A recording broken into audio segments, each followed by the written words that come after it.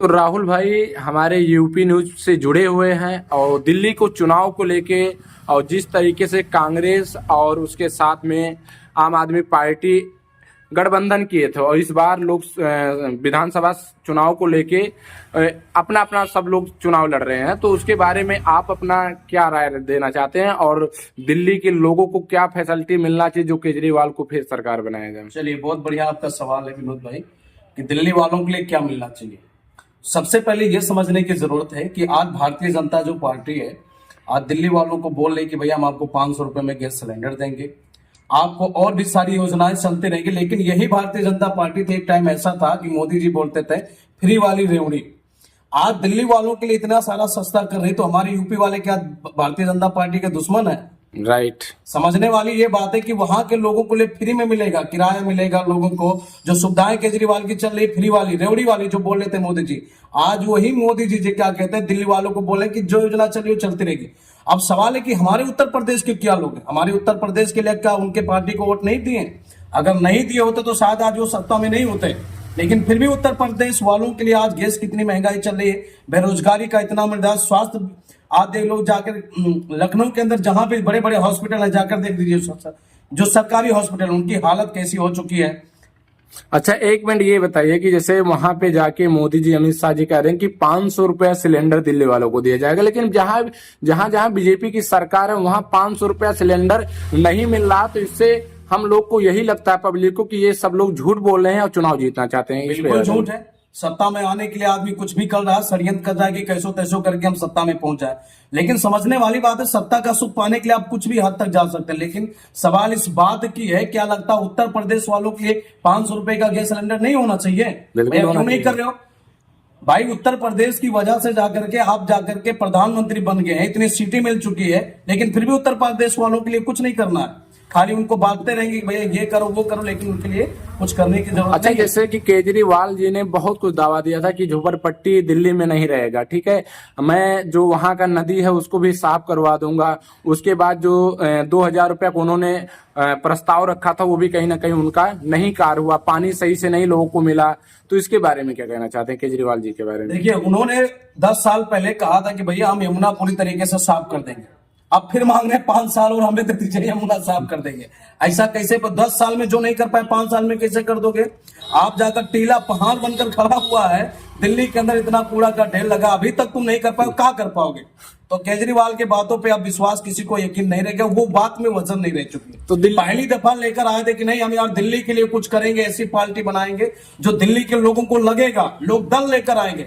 लेकिन ये सब खिस्से की बात हो चुकी है और कुछ होने वाला। उनका शीश महल देखिए, उनकी जो राज्यसभा सांसद है उनको उनके बॉडीगार्ड ने, उनके शादी वाले ने पीट दिया बढ़िया से। समझने वाली बात बहुत। चलिए ठीक है, तो आप क्या चाहते हैं, दिल्ली में सरकार किसका है? सरकार किसी का भी हो, लेकिन सबसे पहले मुद्दा यह है स्वास्थ्य व्यवस्था बढ़िया होनी चाहिए, एजुकेशन व्यवस्था बढ़िया होनी चाहिए, लोगों को रोजगार मिले, बस यही सरकार से चाहिए। अच्छा, और कुछ नहीं चाहिए। सत्ता में कोई भी आए लेकिन जनता के लिए काम होना चाहिए। लेकिन कांग्रेस लड़ रही है चुनाव, ठीक है, आम आदमी पार्टी लड़ रही है, बीजेपी लड़ रही है, तो इन तीनों में आप किसका समर्थन कर रहे हैं या किसके सरकार आप लाने के प्रयास? देखिए, ना हम बीजेपी को समर्थन कर रहे हैं, ना हम आम आदमी पार्टी को कर रहे हैं, ना हम कांग्रेस को कर रहे हैं। सिर्फ मुद्दा जो विकास ले आएगा उसका समर्थन कर रहे हैं। नहीं, तो ठीक है, आपके पास 3 ऑप्शन है, तो कहीं ना कहीं आपको तो कुछ ना कुछ तो लग रहा होगा कि ये सरकार अच्छा काम करेगी, तो उसके बारे में कुछ? देखिए, अब आम आदमी पार्टी के ऊपर लोगों का तो भरोसा खत्म हो चुका है। अच्छा। अब रह रही है कांग्रेस पार्टी और बीजेपी पार्टी आपस में फाइट कर रहे हैं। चांस ये भी है क्योंकि आपस में कांग्रेस पार्टी और आम आदमी पार्टी लग रही है कि चांस है कि बीजेपी जीत जाएगी। अब देखना है, बड़े बड़े वादे कर रहे हैं, बीजेपी क्या करती है, संभावना कुछ भी है, त्रिकोणीय लड़ाई, अब देखो क्या होता है। दिल्ली की जनता ये भी जान रही कि बीजेपी सरकार की जहां जहां सरकार है, जहां जहां उनका राजनेता लोग हैं, वो सभी लोग जाके वहां पे अखाड़े पे एक ही बात कर रहे हैं मंच पे कि हम 500 रुपया सिलेंडर देंगे, हम ये कर देंगे वो कर देंगे। तो दिल्ली की जनता ये भी तो जान रही है कि कहीं ना कहीं जहां जहां सरकार है वहां तो कुछ नहीं कर पा रही, तो दिल्ली में क्या कर देगी? तो वो तो अगर कह रहे हैं तो बहुत अच्छी बात है। तो सबसे पहले उत्तर प्रदेश में कर दो, मध्य प्रदेश में कर दो, राजस्थान में कर दो, जाकर असम में कर दो, वहां क्यों नहीं कर रहे हैं? गुजरात में कर दो। अरे गुजरात में करो, जहां जहां आपकी सरकारें हैं वहां वहां कर दो, वहां क्यों नहीं कर रहे हो? यहाँ पे लोगों को लग रहा है कि भैया हमें सीट मिल जाए बढ़िया से, हम और बढ़िया हो जाए, लेकिन वहां भी लोगों को तो करो। तो कहीं ना कहीं वो लोग भी तो आपको वोट दिए हैं। तो हमें लगता है कहीं ना कहीं कांग्रेस से लाना जरूरी है। कहीं ना कहीं ये दो लोग को तो देख लिया गया है, क्योंकि इनका भी सरकार चल रहा है बीजेपी का, और वहां के आम आदमी पार्टी का सरकार है, लेकिन कांग्रेस का सरकार नहीं है, बहुत दिन से रुका हुआ है। तो क्या लगता है कि कांग्रेस की सरकार से आने से परिवर्तन होगा, देश के लिए कुछ अच्छा काम होगा? देखिए, इतना दिन तो सत्ता से बाहर थे ही, अब उनको समझ में आ गया कि लोगों के लिए विकास करना जरूरी है। अगर विकास की बात नहीं करेंगे और विकास भी नहीं करेंगे तो हम सत्ता से वापस चल जाए। अगर लाएगी तो कांग्रेस पार्टी बेहतर काम करेगी, इतनी संभावना किया जाता है, क्योंकि बहुत परेशान हो चुकी है बेचारी पार्टी। अच्छा, वही राहुल गांधी जी हो जो कभी कभी स्पीच में देते देते वो इस तरीके से बोल देते हैं, जो देश के बारे में कहना क्या है कुछ और कह देते हैं, तो उसके बारे में क्या कहना चाहते हैं? देखिए, कांग्रेस पार्टी के अंदर एक अच्छे लीडरशिप की जरूरत है, और अच्छे अच्छे लीडरशिप थे, लेकिन कहते हैं ना कुछ सत्ता का सुख है, बाप जो करेगा बेटा को मिलेगा। इसकी वजह से आज कांग्रेस पार्टी की धज्जियां उड़ गई। अच्छा, हेमंत बिश्व शर्मा इतना टॉप के लीडर थे, और ग्वालियर वाले जो सिंधिया जी थे इतने टॉप लीडर थे, इन लोगों को सत्ता से वापस चले गए, वहां से पार्टी से निष्कासित हो गए या चले गए, छोड़कर चल गए। कहने का मतलब अगर ऐसे ऐसे लीडर होते ना तो आज कांग्रेस पार्टी कहां से कहां होगी।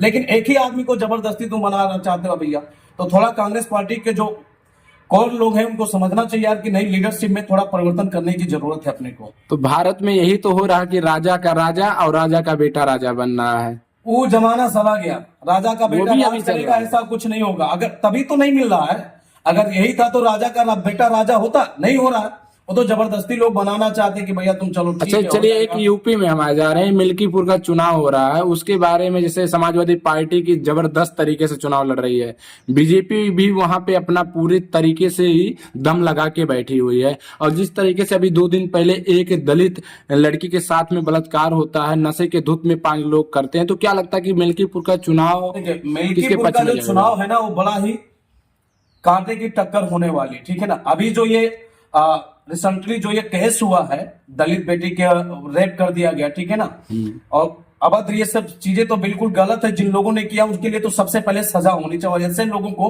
मौत से नीचे कोई सजा होनी नहीं चाहिए, ये तो बिल्कुल जरूरी है। अब समझने की जरूरत यह है कि सत्ता में बैठी है, उनके साथ सख्त से सख्त कार्रवाई करनी चाहिए भारतीय जनता पार्टी को, जो योगी जी की पुलिस से सख्त कार्रवाई होनी चाहिए। लेकिन समझने वाली ये बात है कि वहां के सांसद जी भी हैं, जो सपा पार्टी के सांसद हैं, उनको भी बिल्कुल मुखर होकर के उन्होंने अपनी बातें रखी। लेकिन कुछ दिन पहले यही घटना होता था, कुछ मुस्लिम थे जो एक दलित बेटी का रेप किए थे, लेकिन जिस तरीके से आप फूट फूट कर रो रहे हैं सांसद, माननीय सांसद जी, उनको भी वहां पे रोना चाहिए, उतने तरीके से उन्होंने नहीं लिया था। तो ये दो बातें हो जाती है। इलेक्शन आ गया, आप कहते हैं हाथी का दांत दिखाने का कुछ और, खाने का कुछ और। तो आपका मतलब ये है कि अगर सांसद जी फुट फुट कर रो रहे हैं तो कहीं ना कहीं वोट लेने के लिए, अपने बेटे को राजा बनाने के लिए और राजनीति के लिए वो रो रहे हैं? ये तो विनोद भाई, ये बात तो बिल्कुल सत्य है। लेकिन कुछ दिन पहले जब घटना हुई थी, दलित बेटी का रेप हुआ था, तो वहां पे मुखर होकर उनको आना चाहिए। संसद भवन के अंदर जब सवाल पूछा गया तो वो बिल्कुल टाल दिए, तो होता ही रहता है, ऐसे काम नहीं चलने वाला भाई। उसकी बेटी वहां पे था, लेकिन वहां पे क्यों नहीं किए? वहां भी तो आपको बिल्कुल मुखर होकर खड़ा होना चाहिए, उनका विरोध करना चाहिए था। लेकिन आज इलेक्शन आ रहे तो आप फूट करके आंसू बहा रहे, तो ये तो गलत बात है ना। सही बात है कि केस अगर आपके क्षेत्र में हो रहा तो आपका मुखर होकर के उसका सामना करना चाहिए। जो दोषी हैं उनके ऊपर सख्त से सख्त कार्रवाई होनी चाहिए, बिल्कुल। अच्छा, मेरा मानना यह है कि जैसे कि बीजेपी परिवारवादी हमेशा लगाती है आरोप कि राजा का बेटा राजा बनना है, मिल्कीपुर के चुनाव के सांसद के बेटा को ही टिकट मिला, क्या किसी और को मिलना नहीं चाहिए था टिकट? मिलना चाहिए। जो दावेदार हो, जो लगता है कि नहीं जनता, ये तो जनता तय करेगी, ये कोई नेता नहीं तय करने वाला कि भैया हम उसको, जनता तय करेगी किसको मुझे सत्ता में बिठा। जिसको भरोसा होगा जनता को वही जाकर के, लेकिन टिकट तो नेता ही लोग देते हैं ना। तो टॉपिक इस बात की है कि क्यों ये सभी लोग के मन में सवाल है कि जो कार्यकर्ता हैं, जो बूथ अध्यक्ष बने हैं, जो जिला अध्यक्ष बने हैं, उनके भी सपना है, उनके भी मन में रहता कभी हम भी विधायक बने, कभी हम भी ब्लॉक प्रमुख बने, लेकिन वो बेचारे दिन रात काम करके 10 से 20 साल 30 साल अपना वो संघर्ष कर करके अपने पूरी जीवन व्यतीत कर देते, लेकिन वो बेचारे विधायक और ब्लॉक प्रमुख नहीं बन पाते हैं। तो इसमें बारे में क्या कहना चाहते हैं? देखिए, सबसे पहले जो जनता और जो कार्यकर्ता उस पार्टी के, जो मेहनत कर रहा, दिन रात सालों सालों से लगा हुआ है, और कोई एक अचानक आदमी से आता है उसको टिकट दे दिया जाता है, ये गलत बात है। जो पार्टी के लिए काम कर रहा, दिन रात जाकर के सड़क पे मेहनत कर रहा, एक एक गांव का, गरीब का दुख का परेशानी समझ रहा, उसको सत्ता में बिठाओगे तब ना लोगों का सवाल करेगा। और कोई आता उसको जबरदस्ती तुम बैठा देते हो, ऐसा नहीं। जो उस पार्टी में दिनों रात मेहनत कर रहा, जनता के लिए काम कर रहा, हर गरीब परिवार से, फैमिली से लग करके काम कर रहा है, उसके ऊपर टिकट देना चाहिए ताकि वो विकास करेगा, लेकिन इस पे कोई ध्यान नहीं दे रहा आता। इसलिए तो पार्टी हार जाती है, क्योंकि वो हो जाता है यार इतने सालों से हमने मेहनत किया जनता के लिए, और आज जब टिकट हम दावेदार हैं तो किसी और को बैठा देते हैं। ये बिल्कुल गलत बात है। जो विकास करेगा उसको, जो जनता के लिए सड़क पे उतरा हुआ, गांव गांव में जा रहा है, शहर से रह के घर में जा रहा है, उसको टिकट मिलना चाहिए। वोटिंग को लेके अवधेश प्रसाद जी सांसद जो वहां के हैं अयोध्या के, वो लगा रहे हैं आरोप कि यहाँ पे पुलिस प्रशासन वोटिंग रोक रही है, लोगों को वोट नहीं देने दे रही है। तो इसको लेके काफी बार ये समाजवादी पार्टी के जब भी चुनाव होता था बीजेपी पे आरोप लगाते हैं। क्या ये सत्य है कि कुछ और राजनीति है? देखिए, अगर चुनाव में घपला होता तो सांसद महोदय जी सांसद नहीं होते। यस, सबसे पहली बात तो यही है। सही है। अगर बीजेपी चुनाव में घपला करती तो सांसद जी होते नहीं। इतनी सीटें उत्तर प्रदेश के आने वाली, सब कहने की बातें हैं कि आप अगर उस लायक नहीं हो तो जाकर के किसी और के ऊपर दोष दो, या कमियां खुद में है तो दोषी किसी और को बना दो। ये बातों को टालकर आगे निकल जाना है, इससे कुछ होने वाला जनता सब जानती है। चलिए, आप हमारे चैनल पे जुड़े, उसके लिए हम आपको दिल से आभार व्यक्त करते हैं और धन्यवाद करते हैं। आप हमारे सब्सक्राइबर और जनता लोग को, जितने लोग वीडियो को देखेंगे, उन्हें क्या कहना चाहते हैं? भाई, विनोद भाई के चैनल को ज्यादा से ज्यादा सब्सक्राइब करें। इनकी बातों को बहुत मुखर से पत्रकारिता करते हैं, इनको ज्यादा से ज्यादा पसंद करें, इनकी वीडियो लोगों तक पहुंचाएं, और इनकी बातें बड़ी कमाल की, और आप सबको आना चाहिए। थैंक यू दोस्तों, बहुत बहुत धन्यवाद आप सबका।